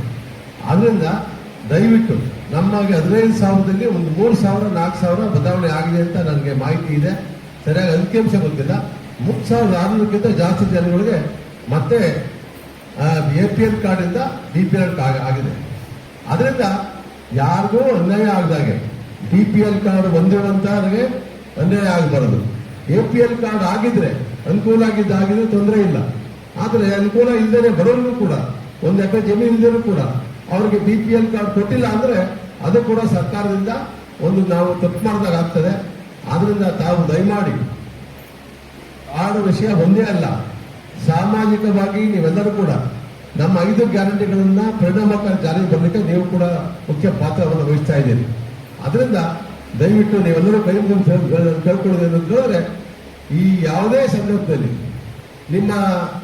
ನಾನು ಪ್ರತಿ ಸಭೆಯಲ್ಲಿ ಹೇಳ್ತಾ ಇರ್ತೀನಿ. ನಾನು ನಮ್ಮ ನ್ಯಾಯಬೆಲೆ ಅಂಗಡಿಯವರಿಗೆ ಪುಟ್ಟ ತಿಳಿಸ್ತಾರು, ಪುಟ್ಟ ತಾಲೂಕಿನ ಜಿಲ್ಲೆಯ ಅಧಿಕಾರಿಗಳಿಗೆ ಹೇಳ್ತಾ ಇರ್ತೀನಿ, ಎಲ್ಲ ಅಂಗಡಿ ಮುಂದೆ ನೀವು ಬೋರ್ಡ್ ಹಾಕ್ಬೇಕು. ಕೇಂದ್ರ ಸರ್ಕಾರದ ಸುತ್ತೋಲೆ ಏನಿದೆ ಅದು ಬೋರ್ಡ್ ಹಾಕಿದ್ರೆ ಅವ್ರಿಗೆ ಗೊತ್ತಾಗ್ತದೆ. ಒಂದ್ ವೇಳೆ ಯಾರು ಅನ್ಯಾಯಕ್ಕೊಳಗಾಗಿದ್ರೆ ಅದನ್ನು ಸರಿಪಡಿಸಕ್ಕೆ ನಾವು ಅಂಗನವಾಡಿ ಟೀಚರ್ ಮುಖಾಂತರ, ಇಲಾಖೆಯ ಫುಡ್ ಇನ್ಸ್ಪೆಕ್ಟರ್ ಮುಖಾಂತರ ಪ್ರತಿ ಮನೆಗಳಿಗೆ ಹೋಗಿ ಪರೀಕ್ಷೆ ಮಾಡಿ ಆರ್ಥಿಕವಾಗಿ ಬಡವರಾಗಿದ್ರೆ ಮತ್ತೆ ಅವ್ರ ಕಾರ್ಡ್ ಕೊಡಬೇಕು, ಹೊಸ ಕಾರ್ಡನ್ನು ಕೊಡಬೇಕು ಅಂತೇಳಿ ನಾವು ಹೇಳ್ತಾ ಇದ್ದೀವಿ. ದಯಮಾಡಿ ನೀವೆಲ್ಲರೂ ಕೂಡ, ನಿಮಗೆ ಕೆಲಸ ಒತ್ತಡ ಇದೆ, ನಿಮ್ಮ ಒತ್ತಡ ಜೊತೆಗೆ ಇದು ಒಂದು ಕೆಲಸ ನಮ್ಗೆ ಹೇಳ್ತಾ ಇದ್ದಾರೆ ಅಂತ ತಾವು ಅದನ್ನ ಭಾವಿಸಬಾರ್ದು. ದಯಮಾಡಿ ನಿಮ್ಗೆ ಗಟ್ಟಿ ಕೇಳ್ಕೊತೀನಿ ಮತ್ತೊಮ್ಮೆ, ನೀವು ಈ ಕೆಲಸವನ್ನ ಮಾಡಿ ಸರ್ಕಾರಕ್ಕೆ ಆಗುವಂತ ನಷ್ಟವನ್ನು ತಪ್ಪಿಸುವಂತ ಕೆಲಸವನ್ನು ಮಾಡಬೇಕು. ಜೊತೆಗೆ ಯಾರಿಗೆ ಅನ್ಯಾಯಕ್ಕೊಳಗಾಗಿದ್ದಾರೆ ಅವ್ರ ನ್ಯಾಯ ಕೊಡಿಸೋ ಕೆಲಸವನ್ನು ಕೂಡ ತಾವು ಮಾಡಬೇಕು ಅಂತ ತಮ್ಮಲ್ಲಿ ಪ್ರಾರ್ಥನೆ ಮಾಡ್ತಾ ಇದ್ದೀವಿ. ಮತ್ತೊಮ್ಮೆ ನಮ್ಮ CDP ಅವರು ಮತ್ತೆ ಅವ್ರಿಗೆ ನೀವು ಮಾಹಿತಿಯನ್ನ ಕೊಡೋ ಕೆಲಸವನ್ನು ನಾಳೆಯಿಂದಲೇ ಕೂಡ ಮಾಡಿ ಸರ್ಕಾರದಲ್ಲಿ ಬರುವಂತ ಸವಲತ್ತನ್ನ ದುರುಪಯೋಗ ಪಡಿಸ್ಕೊಳ್ಳುವಂತ ಕೆಲಸವನ್ನ ಮಾಡ್ತಾ ಇದ್ದಾರೆ. ಅವ್ರು ತಿಳಿಸಿ ಆ ಕೆಲಸವನ್ನು ಮಾಡಲಿಕ್ಕೆ ಅವ್ರು ತಿಳುವಳಿಕೆ ಹೇಳಿ ಈ ಕೆಲಸವನ್ನ ಮಾಡಬಾರ್ದು. ಗಾಳಿ ತೆಗೆದುಕೊಂಡಿರುವ ಹಣವನ್ನ ಸರ್ಕಾರಕ್ಕೆ ವಾಪಸ್ ಕೊಡಬೇಕಾಗ್ತದೆ ಅಂತೇಳಿ ತಿಳುವಳಿಕೆ ಕೊಟ್ಟು ಮತ್ತೊಮ್ಮೆ ಈ ಕೆಲಸವನ್ನ ಮಾಡಲಿಕ್ಕೆ ಅವಕಾಶ ಮಾಡಬಾರದು ಅಂತ ನಮ್ಮಲ್ಲಿ ಪ್ರಾರ್ಥನೆ ಮಾಡಿ ನನ್ನ ಮಾತು ಮುಗಿಸ್ತಾ ಇದ್ದೀನಿ. ನಮಸ್ಕಾರ. ಇಲ್ಲ, ಈ ಕಾರ್ಯಕ್ರಮದ ಮುಖ್ಯ ಉದ್ದೇಶ ಇಷ್ಟೇ. ಈ ಉದಾಹರಣೆಗೆ ನಮ್ಮಲ್ಲಿ ಮರಣ ಹೊಂದಿರ್ತಕ್ಕಂಥವರು ಗೃಹಲಕ್ಷ್ಮಿನ ಹಣ ತಗೋತಾ ಇದ್ದಾರೆ. ದಯಮಾಡಿ ಅದರಿಂದ ಪತ್ರಕರ್ತರು ಅದನ್ನ ರಿಕ್ವೆಸ್ಟ್ ಮಾಡಿ, ನೀವು ನಾವೆಷ್ಟೇ ಹೇಳ್ಬೋದು, ಇಲ್ಲಿ ನಾವು ಬಂದಿರ್ತಕ್ಕಂಥ 350 ಜನಕ್ಕೆ ಗೊತ್ತಾಗ್ಬೋದು, ಅವರು ಸ್ವಲ್ಪ ಜನಕ್ಕೆ ಹೇಳ್ಬೋದು. ತಾವು ಪತ್ರಕರ್ತರು ನಮ್ಮ ಪತ್ರಿಕೆ ಪ್ರಕಟಣೆಯಲ್ಲಿ ಏನ್ ಗೃಹಲಕ್ಷ್ಮಿ ತೀರೋಗಿರ್ತಕ್ಕಂಥವ್ರು, ಸತ್ತೋಗಿರ್ತಕ್ಕಂಥವ್ರು ಏನಾದ್ರು ತಗೋತಾ ಇದ್ರೆ ಸರ್ಕಾರದಲ್ಲಿ ಆದೇಶ ಬೇರೆ ಆಗ್ತಾ ಇದೆ. ಅವರು ಯಾವಾಗ ತೀರೋಗಿದ್ದಾರೆ ಅವತ್ತಿಂದ ತಗೊಂಡಿದ್ರೆ ಅಷ್ಟೊಂದು ಸರ್ಕಾರ ವಸೂಲಿ ಮಾಡುತ್ತೆ. ಈಗ ನಮ್ಮ ಇಒಗೆ ಮತ್ತೆ ಇವ್ರಿಗೆ ಇನ್ಸ್ಟ್ರಕ್ಷನ್ ಕೊಟ್ಟು ಆ ವಸೂಲಿ ಮಾಡ್ತಕ್ಕಂಥ ಅಂದ್ರೆ ವಾಪಸ್ ತಗೊಳ್ಳೋಕೆ ಅವ್ರು ಯಾರು ತಗೊಂಡಿರ್ತಾರೋ ಅದನ್ನ ಸರ್ಕಾರ ಆದೇಶ ಮಾಡ್ತಾ ಇದೆ. ಅದರಿಂದ ಆ ರೀತಿ ತಪ್ಪಾಗೋದು ಬೇಡ. ನೀವೇ ಈಗ ನಮ್ಮ ಅಂಗನವಾಡಿ ಕಾರ್ಯಕರ್ತರು ಏನಿದ್ದಾರೆ, ನೀವು ತೀರೋಗಿರ್ತಕ್ಕಂಥ ಮಾಹಿತಿನ CDP ಅವರು ಕೊಟ್ಟರೆ ಅವ್ರ ಕಾರ್ಡಲ್ಲಿ ಡಿಲೀಷನ್ ಮಾಡಿದ್ರೆ ಆಟೋಮೆಟಿಕ್ ಆಗಿ ಗೃಹಲಕ್ಷ್ಮಿ ಬರ್ತಾ ಇರ್ತಕ್ಕಂಥ ನಿಂತೋಗುತ್ತೆ. ಇದು ಪ್ರಮುಖ ನಮ್ಮ ಪತ್ರಕರ್ತರದ್ದು ಒಂದು ರಿಕ್ವೆಸ್ಟ್ ಮಾಡ್ಕೋತಾ ಇದ್ದೀನಿ. ತಾವು ತಮ್ಮ ಮುಖಪುಟದಲ್ಲಿ ತಮ್ಮ ಏನು ಪತ್ರಿಕೆಯಲ್ಲಿ ಬರೆದಿರೋ ಗೃಹಲಕ್ಷ್ಮಿ ತೀರೋಗಿರ್ತಕ್ಕಂಥವ್ರು ದಯಮಾಡಿ ಅವರ ಮಾಹಿತಿ CDP ರೇಷನ್ ಕಾರ್ಡ್ ಅಲ್ಲಿ ತಗ್ಸ್ಬೇಕು ಅಂತ ವಿನಂತಿ ಮಾಡ್ಕೋ. ಯಾಕಂದ್ರೆ ತಗ್ಸ್ಲಿಲ್ಲ ಅಂದ್ರೆ ಮತ್ತೆ ನಾವು ಸರ್ಕಾರದಿಂದ ವಾಪಸ್ ಅದನ್ನು ವಸೂಲಿ ಮಾಡ್ತಾರೆ. ಅದರಿಂದ ಅದೊಂದು ರಿಕ್ವೆಸ್ಟ್ ಮಾಡಿ ಕೇಳ್ಕೊತಾ ಇದ್ದೀನಿ ಪತ್ರಕರ್ತರಿಗೆ. ಆಮೇಲೆ ಏನ್ ನಮ್ಮ ಅಧ್ಯಕ್ಷರು ರೇಷನ್ ಕಾರ್ಡ್ ಹೇಳಿದ್ರು, ಈಗ BPL ಇಂದ APL ಆಗೋಗಿರ್ತಕ್ಕಂಥದ್ದನ್ನ ಈಗ ಆಲ್ರೆಡಿ ಕೆಲವು ವಾಪಸ್ಸು ಎಲ್ಲ ಪರಿಶೀಲನೆ ಮಾಡಿ ಅದನ್ನ BPL ತಂದಿದ್ದಾರೆ. ಇನ್ನ ಸ್ವಲ್ಪ ಆಗ್ತಕ್ಕಂಥವಿದೆ. ಅದು ನಮ್ಮ ಬಬಲ್ ಅಧ್ಯಕ್ಷರು ಹೇಳಿದ್ದಾರೆ. ಎಲ್ಲ FED ಪಾಯಿಂಟ್ ಪ್ರಕಾರ ಯಾರ್ಯಾರ್ದು BPL ಇಂದ APL ಆಗಿತ್ತು ಇದನ್ನೆಲ್ಲ ಪಟ್ಟಿ ಮಾಡಕ್ಕೆ ಹೇಳಿದ್ದಾರೆ.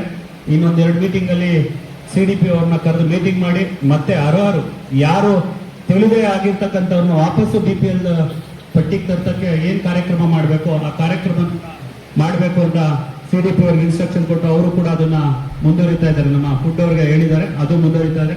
ದಯಮಾಡಿ ಪತ್ರಕರ್ತರಲ್ಲಿ ಒಂದು ನನ್ನ ರಿಕ್ವೆಸ್ಟ್ ಅಂತ ಕೇಳ್ಕೋಬೇಕು.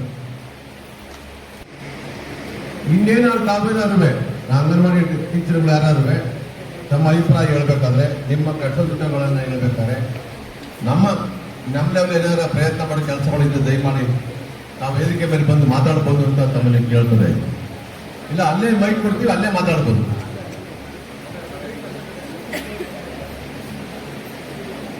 ಇದ್ರೆ ಹೇಳಿದ್ರೆ EO ಇದ್ದಾರೆ, CDP ಇಲ್ಲೇ ಇದ್ದಾರೆ.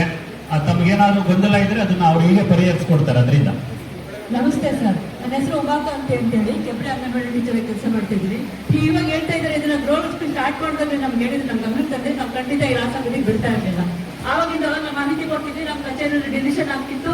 ಲಾಸ್ಟ್ ಸರ್ಕಾರ ತಗೋ ತಪ್ತಾ ಇತ್ತು. ಅದನ್ನ ನಾವು ಗೌರವ ನನ್ನ ದುಡ್ಡು ನಮ್ಗೆ ಎಕ್ಸ್ಟ್ರಾ ಮಾಡ್ಬೋದಾಗಿತ್ತಲ್ಲ ನಮ್ಮ ಸರ್ಕಾರ ಯೋಚನೆ ಮಾಡಿದ್ರೆ ಎಕ್ಸ್ಟ್ರಾ ಮಾಡಿ ನಮ್ ಕೆಲಸ ಹೊರೆ ಜಾಸ್ತಿ ಆಗ್ತಾ ಇದೆ. ಅದಕ್ಕೆ ತಕ್ಕನಾಗಿ ನಮ್ಗೆ ಒಂದಿಷ್ಟು ಕೊಡಬೇಕು. ನೀವು ನಮ್ಮ ಸಂಸಾರಗಳು ಮಾಡೋದಾಗ್ತಿಲ್ಲ, ಮಕ್ಕಳು ಓದ್ಸೋಕ್ಕಾಗ್ತಿಲ್ಲ. ಎಷ್ಟೆಲ್ಲ ರಿಕ್ವೆಸ್ಟ್ ಮಾಡ್ಕೊಂಡು ಅವರಿಗೆ ಆ ಕಡೆ ಗಮನ ಇಲ್ಲ, ಗ್ಯಾರಂಟಿ ಕಡೆ ಗಮನ ಇದೆ. ಹೀಗೆ ಗ್ಯಾರಂಟಿ ಯೋಜನೆಯಲ್ಲಿ ರಾಸಾಗ್ತಿದಂತೆ ನಮ್ಮನ್ನು ಬಳಸ್ಕೊಂತ ಇದ್ದಾರೆ ಹೊರತು ನಮ್ಗೆ ಹೇಗೆ ನಮ್ಮ ಜೀವನ ಉತ್ತಮ ಪಡಿಸ್ಕೊಳ್ಳೋದಕ್ಕೆ ಪ್ರಯತ್ನ ಮಾಡ್ಬೋದು ಅನ್ನೋ ನಿಟ್ಟಿನಲ್ಲಿ ಅವ್ರು ಯೋಚನೆ ಮಾಡ್ತಾ ಇಲ್ಲ. ಅದು ತುಂಬಾ ಬೇಜಾರಾಗ್ತಿದೆ ಸರ್ ನಮ್ಗೆ ನಿಜವಾಗ್ಲೂ. ಆದ್ರೆ 2011 ರಿಟೈರ್ಡ್ ಆದವ್ರಿಗೆ ಗ್ರಾಚ್ಯುಟಿ ಕೊಡ್ತಾ ಇಲ್ಲ. ಅವರು ಶಿಕ್ಷಕಿಯರು ಅವ್ರು ತುಂಬಾ ಕಡಿಮೆ ಸಂಬಳ ಐತಿ, ಮನೆಗೆ ಹೋಗಿದ್ದಾರೆ. ಒಂದಿಷ್ಟು ಏನೋ ಒಟ್ಟು ಮೊತ್ತ ಬಂದ್ರೆ ಅವ್ರ ಜೀವನ ನಡೆಸಕ್ ಒಂದು ಸಹಾಯ ಆಗುತ್ತೆ. ಅದು ನಮ್ಮ ಸರ್ಕಾರದ ಗಮನಕ್ಕೆ ಹೋಗ್ತಾ ಇಲ್ಲ. ಮತ್ತೆ 4 ಸೀರೆ ಕೊಡ್ತಾರಂತೆ ಯೂನಿಫಾರ್ಮ್ ಸರ್. ಏನು ಸರ್ ಅವಶ್ಯಕತೆ ಇತ್ತು? 2 ಸೀರೆ ಕೊಡ್ತಿದ್ರು ಸಾಕಾಗಿತ್ತು, ಯೂನಿಫಾರ್ಮ್ ಹಾಕೊಂಡು ನೋಡೋಳ್ತಿದ್ವಿ. ಈಗ 4 ಸೀರೆ ಕೊಡೋ ಬದಲು ಬೇರೆ ಯಾವ್ದಾರ ಒಂದು ಯೋಜನೆ ನಮಗೋಸ್ಕರ ಜಾರಿಗೆ ತರಬಹುದಾಗಿತ್ತಲ್ವಾ? ಇದ್ರ ಬಗ್ಗೆ ಯೋಚನೆ ಮಾಡ್ಬೇಕಾಗಿತ್ತು ಅಂತ ಅನ್ಕೊಂತೀನಿ. ಈಗ ನಾವು ಹೇಳೋದು ಪತ್ರಿಕೆಯಲ್ಲಿ ಕೂಡ ಗೊತ್ತಾಯಿದೆ ಏನಂತ. 4 ಸೀರೆ ಅವಶ್ಯಕತೆ ಇಲ್ಲ ಅವಶ್ಯಕತೆ ಇಲ್ಲ. ನಾನು ಮಾತಾಡ್ಬೇಕಾದ್ರೆ 79 ಕೋಟಿ ಹಣ ವಾಪಸ್ ಕೊಡಬೇಕು, 79 ಕೋಟಿ ಹಣ ತಗೊಂಡ್ಬಿಟ್ಟವ್ರೆ ಅಂದಾಗ ನಾನು ತಲೆಯಲ್ಲಿ ಯೋಚನೆ ಮಾಡ್ತಾ ಇದ್ದೆ. 2,000 ರೂಪಾಯಿ ಸಂಬಳ ಮಾಡೋಕೆ ನೀವು ಯೋಚನೆ ಮಾಡ್ತಾ ಇದ್ದೀವಿ, 79 ಕೋಟಿ ಹೋಯ್ತಾ ಇದಲ್ಲ ಅಂತ ನಾನು ತಲೆಯಲ್ಲಿ ಮಾತಾಡ್ಬೇಕು, ಯೋಚನೆ ಮಾಡೋದು. ಯಾಕಂದ್ರೆ ನಾವು ಹಳ್ಳಿಯಲ್ಲಿ ಬೆಳೆದ್ರಿಂದ ನಮಗೆ ಇಲ್ಲೆಲ್ಲ ಕೆಲಸ ಮಾಡೋರೆಲ್ಲರೂ ಕೂಡ ಆರ್ಥಿಕವಾಗಿ ಸಂಕಷ್ಟ ಇರೋರೇ ಅಂಗನವಾಡಿ ಆಗಿರೋರು. ಎಲ್ಲೋ 1-2%, 3% ಸ್ವಲ್ಪ ಅನುಕೂಲ ಆಗಿರ್ಬೋದು. ಹುಡುಗ ಎಲ್ಲರೂ ಕೂಡ ಸಂಕಷ್ಟ ಇದ್ದಾರೆ. ಅದರಿಂದ ನಾನು ಕೂಡ ಅದು ಯೋಚನೆ ಮಾಡಿದೆ ಮಾತಾಡುವಾಗ. ನಿಮ್ಮ ಸಲಹೆಯನ್ನ ಖಂಡಿತ ನಾನು ಸ್ವೀಕಾರ ಮಾಡ್ತೀನಿ. ಸರ್ಕಾರ ಕೂಡ ಮನವಿಯನ್ನು ಮಾಡಿ ಸಭೆಯಲ್ಲಿ ಕೂಡ ಅಂಗೀಕಾರ ಮಾಡಿ ಈ ಥರ ಜನಗಳಿಗೆ ಅವ್ರಿಗೆ ಅಂಗನವಾಡಿ ಟೀಚರ್ಗೆ ಮೊದಲೇ ಜವಾಬ್ದಾರಿ ಕೊಟ್ಟಿದ್ದಾರೆ. ಈ 79,000 ಕೋಟಿ 79 ಕೋಟಿ ಅನ್ಯಾಯ ಆಗ ತಪ್ಪಿತ್ತು ಅಂತ ನಾನು ಕೂಡ ಅಂದ್ಕೊಂಡಿದ್ದೀನಿ. ಈಗಾಗಲೇ ಈ ವಿಷಯವನ್ನು ಮಾತಾಡಿದಂತ ತಾವೆಲ್ಲ ತಿಳಿಸಿದ್ದೀರಾ. ಧನ್ಯವಾದ ಹೇಳ್ತೀನಿ ತಮಗೆ. ಏನಪ್ಪಾ ಅಂತಂದ್ರೆ ಪ್ರತಿ ವರ್ಷ ಕನಕೋತ್ಸವ ಮಾಡಿದಾಗ ಅಂಗನವಾಡಿ ಟೀಚರ್ನ ಗಣನೆ ತಗೊಂತಾ ಇದ್ರು. ನಮ್ಗೆ ಅದು ಒಂದು ರೀತಿ ಗೌರವ ತಗೊಂತಾ ಇದ್ರು. ಈ ಸಲ ತುಂಬಾ ಬೇಜಾರಾಗಿದೆ ಸರ್ ಪ್ರತಿಯೊಬ್ಬರಿಗೂ. ನಮ್ಮನ್ನು ಇದಕ್ಕೆ ರಜೆ ತಗೊಂಡಿಲ್ಲ, ನಮ್ಗೆ ಯಾವ್ದೇ ರೀತಿ ಅವ್ರು ಇದು ಮಾಡಿಲ್ಲ, ತುಂಬಾ ಬೇಜಾರಾಗಿದೆ. ನಮ್ ಸೋದರರು ಅನ್ಕೊಂಡಿದ್ವಿ ನಮ್ಗೆ ಅವರು ನಮ್ಮನ್ನು ಬರ್ತಿದ್ರು. ಮಾತಾಡ್ತಿದ್ದು ಮೈಕು ಕೋಪ ಬಂದ್ಬಿಟ್ಟಿದೆ. ಇಲ್ಲ, ಈ ವರ್ಷ ಮತ್ತೆ ಮಾಡ್ತೀವಿ. ಅಂಗನವಾಡಿಯವರಿಂದ ಏನು ಮಾಡಕ್ಕಾಗಲ್ಲ. ಅಂಗನವಾಡಿಯವ್ರ ಪರಿಗಣನೆ ಖಂಡಿತ ತಗೊಂಡು ಸರ್ಕಾರಿ ನೌಕರಿ ಎಲ್ಲ ತಗೊಂತೀವಿ. ತಾವು ಹೇಳಿದ ಸಲಹೆ ಖಂಡಿತ ಒಳ್ಳೇದು. ನಮ್ಮ ಅಧ್ಯಕ್ಷರು ಅದು ಕೇಳಿದ್ದಾರೆ. ನಾವು ಮೀಟಿಂಗ್ ರೆಸೊಲ್ಯೂಷನ್ ಮಾಡಿ ಅಂಗನವಾಡಿಯವರಿಗೆ ಒಂಚೂರು ಹೆಚ್ಚಿನ ಉತ್ತೇಜನ ಮಾಡ್ಲಿಕ್ಕೆ ಹೇಳ್ತೀವಿ. ದಯಮಾಡಿ ಮೇಲೆ ನಿಮ್ಮ ಸರ್ಕಾರ ನಮ್ದು ತಪ್ಪಿದೆ ನೀವು ಹೇಳಿದ್ರಿ, ಬಟ್ ನೀವು ಸ್ವಲ್ಪ ರೋಷಾವೇಶವಾಗಿ ಹೇಳಿದ್ರೆ ನಿಧಾನ ಕೇಳ್ಬೇಕಾಯ್ತು ಅಷ್ಟೇ. ಕೇಳಮ್ಮ ಆಯ್ತು. ಅಂದ್ರೆ ನಾವು ಫಸ್ಟ್ ಟೈಮ್ ಏನು ಗೃಹಲಕ್ಷ್ಮಿ ಮಾಡಿದೋ ಆ ಟೈಮಲ್ಲಿ ಇದನ್ನ ಮಾಡ್ಬೇಕಾಯ್ತು. ಏನೇ ತೀರೋದ್ರು ಆ ಮಾಹಿತಿ ನೆಂಚ್ಕೊಳ್ಳಿ. ಅಂದ್ರೆ ಯಾಕಂದ್ರೆ ಯಾರು ಗೊತ್ತಿದ್ದೋ ಗೊತ್ತಿಲ್ಲ, ಅಂಗನವಾಡಿಯವ್ರಿಗೆ ಆ ವಾರ್ಡಲ್ಲಿ ಆ FED ಪಾಯಿಂಟ್ ಅಲ್ಲಿ ಇರ್ಬೋದು, ಆ ಊರಲ್ಲಿ ಯಾರು ತೀರೋದವ್ರೆ, ಯಾರು ಮಕ್ಕಳು ಹುಟ್ಟೋದು ಅಂತ ನಿಮ್ಗೆ ಎಲ್ಲರಿಗಿಂತ ನಿಮ್ಗೆ ಖಂಡಿತ ಗೊತ್ತಿರ್ತಾ ಇದೆ. ಸ್ವಲ್ಪ ಲೇಟ್ ಆಗಿದೆ, ಆದ್ರೂ ನಮ್ಮ ಜಿಲ್ಲೆಯಲ್ಲಿ ಒಂದು ಉತ್ತಮವಾಗಿ ಯಾವುದು ಸುಮ್ಮನೆ ಅನ್ಯಾಯ ಆಗೋದು ಬೇಡ. ಆ ದುಡ್ಡು ಯಾರು ಗೃಹಲಕ್ಷ್ಮಿ ಸೇರ್ತಾ ಇಲ್ವೋ ಅವ್ರಿಗೆ ತಲುಪುವಂತ ಕಾರ್ಯಕ್ರಮ ಮಾಡೋಣ. ದಯಮಾಡಿ ಇನ್ಮುಂದೇನಾದ್ರೂ ಏನೇನು ಮಾಹಿತಿ ಇದೆ ದಯಮಾಡಿ ತಮ್ಮ CDP ಹೋಗಿ ಹಂಚ್ಕೋಬೇಕು ಅಂತ ದಯಮಾಡಿ ತಮ್ಮನ್ನು ಕೇಳ್ಕೊತಾ ಇದ್ದೀನಿ.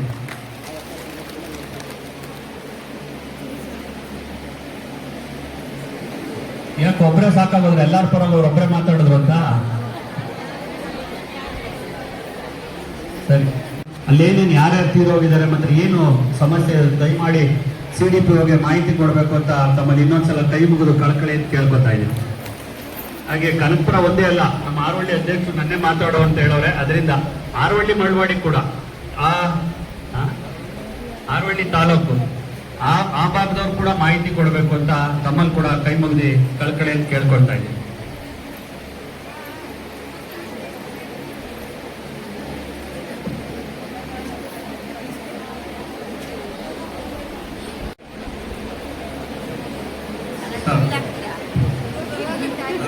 ಒಂದು ರಿಕ್ವೆಸ್ಟ್ ಸರ್, ಈಗಾಗಲೇ ನಾವು ನಮ್ಮ ಕಾರ್ಯಕರ್ತರು ಹೇಳ್ತಾ ಇದ್ರು ಏನು ಮುಖ ಮುಚ್ಚುತ್ತಾರಲ್ಲ ಮತ್ತೆ. ಅದೇ ಹೇಳ್ತೀನಿ ಈಗ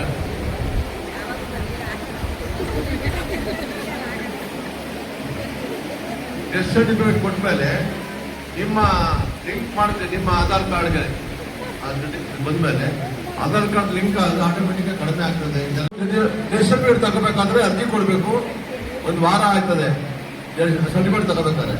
ಅಂಗನವಾಡಿ ಟೀಚರ್ ಇವತ್ತು ಅಂತಂದ್ರೆ ಬೆಳಗ್ಗೆ ಹೇಳ್ತೀನಿ, ನೆಕ್ಸ್ಟ್ ಡೇ ಹೇಳ್ತಾರ ನಿನ್ನೆ. ಅದಕ್ಕೆ ಸರ್ಟಿಫಿಕೇಟ್ ಬೇಕಾಗಿಲ್ಲ, ಸರ್ಟಿಫಿಕೇಟ್ ಬೇಕಾಗಿಲ್ಲ. ಅಲ್ಲಿಗೆ ಬ್ಯಾಂಕ್ ಮಾಹಿತಿ ನಿಮ್ಗೆ ಮಾಹಿತಿ ಕೊಡ್ಬೋದಲ್ಲ, ಬ್ಯಾಂಕ್ಗೆ ಈ ಜನ ಇಂಥವ್ರು ಇಂಥ ಗ್ರಾಮದವ್ರು ಸತ್ತೋಗಿದ್ದಾರೆ ಅಂತ ಹೇಳಿ ಮಾಹಿತಿ ಕೊಡ್ಬೋದಲ್ಲ, ಅದು ಮಾಡಿ.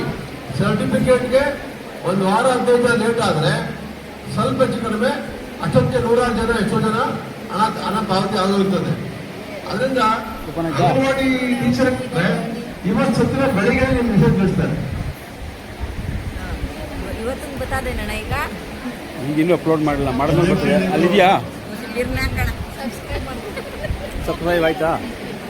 ಏನು ನಾವು ಈಗಾಗಲೇ ಈ ಒಂದು ಮರಣ ಹೊಂದಿರುವಂತಹ ಇವ್ರನ್ನ ನಾವು ಆಲ್ರೆಡಿ ನಾವು ಪತ್ತೆ ಹಚ್ಚಿ ಈಗಾಗಲೇ ಸರ್ಕಾರಕ್ಕೆ ನಾವು ಸುಮಾರು ಒಂದು 35ರಿಂದ 40 ಫಲಾನುಭವಿಗಳ ಅಮೌಂಟ್ ಅನ್ನು ನಾವು ಸರ್ಕಾರದ ಖಾತೆಗೆ ಜಮಾ ಮಾಡಿದ್ದೀವಿ. ಇಲ್ಲಿ ಸಮಸ್ಯೆ ಏನಾಗ್ತಾ ಇದೆ ಅಂದ್ರೆ, ಪ್ರಾಮಾಣಿಕವಾಗಿ ಯಾರು ಕೂಡ ಮುಂದೆ ಬಂದು ಅವರ ಡೆತ್ ಆಗಿದೆ ಅಂದ್ಬಿಟ್ಟು ಹೇಳಿ ಸರ್ಟಿಫಿಕೇಟ್ ಕೊಡೋದಾಗ್ಲಿ ಇನ್ನೊಂದಾಗ್ಲಿ ಮಾಡೋದಿಲ್ಲ. ನಮ್ಗೆ ಫೀಲ್ಡ್ ಅಲ್ಲಿರೋ ಪ್ರಾಬ್ಲಮ್. ನಾವು ಅದಕ್ಕೆ ಅಂಗನವಾಡಿ ಕಾರ್ಯಕರ್ತರು ನಿಮ್ಮ ಸಮಸ್ಯೆ ಏನಿದೆ ನೀವು ಕೇಳಿ ಅಂತ ಅದಕ್ಕೆ ಕೇಳಿದ್ದು. ಇದು ಏನಂದ್ರೆ ಆನ್ಲೈನ್ ನಲ್ಲೇನೆ ಅದನ್ನ ಮಾಡಿದಾಗ ಎಲ್ರಿಗೂ ಕೂಡ ಅದು ಇದಾಗ್ತದೆ. ಏನು ನಾವು ರೇಷನ್ ಕಾರ್ಡ್ ಅಲ್ಲಿ ತಂಬ್ ಕೊಟ್ಟು ನಾವು ರೇಷನ್ ತಗೊಳ್ತಾ ಇರ್ತೀವಲ್ಲ, ಆ ತಂಬನ್ನ ನಾವು ಕಡಾಖಂಡಿತವಾಗಿ ಮಾಡಿದಾಗ ಎಲ್ಲರೂ ಕೂಡ ನನಗೆ ವಿತಿನ್ 3 months ಒಳಗಡೆ ಬಂದು ತಂದ್ಕೊಂಡು ತಗೊಂಡಿಲ್ಲ ಅಂದ್ರೆ ಆಟೋಮೆಟಿಕ್ ಆಗಿ ಡಿಲೀಟ್ ಆಗಬೇಕು. ಆ ತರದ ವ್ಯವಸ್ಥೆ ಮೊದಲು ಬೇರೆ ಸ್ಕೀಮ್ಗೆಲ್ಲ ಇತ್ತು. ಅದೇ ರೀತಿ ಮಾಡಿದ್ರೆ ಈಗಲೂ ಸಹ ಆಗ್ತದೆ. ನಾವು ಇವಾಗ ಏನೇ ಇದ್ರ ಪ್ರಕಾರ ಮ್ಯಾನ್ಯುಯಲ್ ಮಾಡ್ತೀವಿ, ಆದ್ರೂ ಸಹ ನಾವು 100 ನಾವು ಅನುಷ್ಠಾನ ಮಾಡ್ಲಿಕ್ಕೆ ಕಷ್ಟ ಆಗ್ತದೆ. ಯಾಕೆಂದ್ರೆ ನಮ್ಮ ಅಂಗನವಾಡಿ ವರ್ಕರ್ಗೆ ಗೊತ್ತಿರಲ್ಲ, ನಮಗ್ ಗೊತ್ತಿರಲ್ಲ. ಎಷ್ಟೋ ಜನ ಹೊರಗಡೆ ಇರ್ತಾರೆ, ಅವರು ಬಂದು ಪ್ರಾಮಾಣಿಕವಾಗಿ ಹೇಳೋದಿಲ್ಲ ಡೆತ್ ಆಗಿರೋಂಥದ್ದು. ನಾವು ಪತ್ತೆ ಹಚ್ಚಿ ಮಾಡಿದ್ರು ಕೂಡ 100% ನಾವು ಅನುಷ್ಠಾನ ಮಾಡಲಿಕ್ಕೆ ಕಷ್ಟ ಆಗ್ತದೆ. ದಯಮಾಡಿ ಏನು ಜಿಲ್ಲಾ ವತಿ ಮತ್ತು ತಾಲೂಕು ವತಿಯಿಂದ ಈ ಒಂದು ಇದನ್ನ ಸರ್ಕಾರದ ಮಟ್ಟಕ್ಕೆ ಒಂದು ಪ್ರಸ್ತಾವನೆ ಸಲ್ಲಿಸಿ ಇದನ್ನ ಮಾಡಬೇಕು ಅಂತ ಈ ಸಮಯದಲ್ಲಿ ನಾನು ರಿಕ್ವೆಸ್ಟ್ ಮಾಡ್ಕೊಳ್ತಾ ಇದ್ದೀನಿ. ಈಗ ನಿಮ್ಮ CDPO ಸಾಹೇಬ್ ಹೇಳಿದಾಗೆ ಈಗ ಸರ್ಕಾರಕ್ಕೆ ಈಗಾಗಲೇ ಮಾಹಿತಿ ಇದೆ. ಏನಂದ್ರೆ ನಾವು ರೇಷನ್ ಕಾರ್ಡ್ ಅಕ್ಕಿ ತಗೋಬೇಕಾದ್ರೆ ಅಪ್ಡೇಟ್ ಕೊಡ್ತೀವೋ, ಹಣ ತಗೋಬೇಕಾದ್ರೂ ಕೂಡ ತಂಪು ಕೊಡಬೇಕು ಅಂತ ಮಾಡ್ತಾ ಇದ್ದಾರೆ. ಇನ್ಮೇಲೆ ಅದು ಕೂಡ ಜಾರಿ ಆಗ್ತದೆ. ಅಲ್ಲಿ ಜಾರಿ ಆಗುವವರೆಗೆ ಈ ಪ್ರಯತ್ನವನ್ನು ಮಾಡಲಿಕ್ಕೆ ಸರ್ಕಾರದಲ್ಲಿ ಒಂದು ಸರ್ಕಾರ ಸ್ವಚ್ಛತೆಯಾಗಿ ಪ್ರತಿ ಎಲ್ಲ ಕಡೆ ಬರಬೇಕಾದ್ರೆ 15 ದಿವಸ ಆಗ್ತದೆ. ಅಲ್ಲಿವರೆಗೆ ನಿಮ್ಮಲ್ಲಿ ವಿನಂತಿ ಮಾಡ್ಕೊಳ್ಳೋದೇನು ಅಂತ ಹೇಳಿದ್ರೆ, CDPO ಹೊರಗಡೆ ಎಲ್ಲ ಇರ್ತಾರೆ. ನನಗೆ ಗೊತ್ತಿರೋ ಮಟ್ಟಿಗೆ 1% 2% ಹೊರಗಡೆ ಇರ್ಬೋದೇನೋ. 100ಕ್ಕೆ 99 ಭಾಗ ಹಳ್ಳಿನೇ ಇರ್ತಾರೆ. ಒಂದು ವೇಳೆ ಎಲ್ಲರೂ ಹೊರಗಡೆ ಹೊತ್ತರೂ ಕೂಡ ನಮಗೆ ಊರಲ್ಲಿರುವಂತಹ ನಮ್ಮ ಸಹೋದರಿಯರಿಗೆ, ನಮ್ಮ ಅಂಗನವಾಡಿ ಟೀಚರ್ಗೆ ಅವ್ರಿಗೆ ಮಾಹಿತಿ ಇರ್ತದೆ, ಸತ್ರು ಕೂಡ ಮಾಹಿತಿ ಇರ್ತದೆ. ದಯವಿಟ್ಟು ನೀವೇನು ನಮ್ಮ ಪ್ರಯತ್ನ ಪ್ರಾಮಾಣಿಕವಾಗಿರ್ಬೇಕು. ಏನಾಗ್ತದೆ, ಅವ್ರು ಸತ್ತಾದ್ರೆ ಅವ್ರಿಗೆ ATM ಕಾರ್ಡ್ ಮಾಡ್ಕೊಂಡಿರ್ತಾರೆ. ಸತ್ರು ಕೂಡ ಅಲ್ಲಿ ATM ಕಾರ್ಡ್ ಕೊಟ್ಟು ನಂಬರ್ ಕೊಟ್ಟರು ಸಾಕು, ದುಡ್ಡು ನಮ್ಗೆ ಕೈ ಬರ್ತದೆ. ಆದರೆ ತಂದ್ಕೊಡೋದಾದ್ರೆ ಇನ್ಮೇಲೆ ಅದಾಗುದಿಲ್ಲ. ಅಲ್ಲಿವರೆಗೆ ನೀವು ಈ ಕೆಲಸ ಮಾಡಬೇಕು. ಅದಾದ್ಮೇಲೆ ಅದಕ್ಕಿಂತ ಈ ಕೆಲಸ ಆದ್ಮೇಲೆ ಸರ್ಕಾರ ಮಾಡೋದಾದ್ಮೇಲೆ ನಿಮ್ಮ ಕೆಲಸ ಕಡಿಮೆ ಆಗ್ತದೆ. ಎಷ್ಟು 99 ಕಡಿಮೆ ಆಗ್ತದೆ. ಈ ಕೆಲಸ ಸರ್ಕಾರ ಮಾಡಲಿಕ್ಕೆ ಪ್ರಯತ್ನ ಮಾಡ್ತಾ ಇದೆ. ಆ ಕೆಲಸ ಆಗುವವರೆಗೆ ದಯಮಾಡಿ ನೀವು ಈ ಕಡೆ ಗಮನ ಕೊಡಬೇಕು ಅಂತ ಪ್ರಾರ್ಥನೆ ಮಾಡ್ತೀವಿ.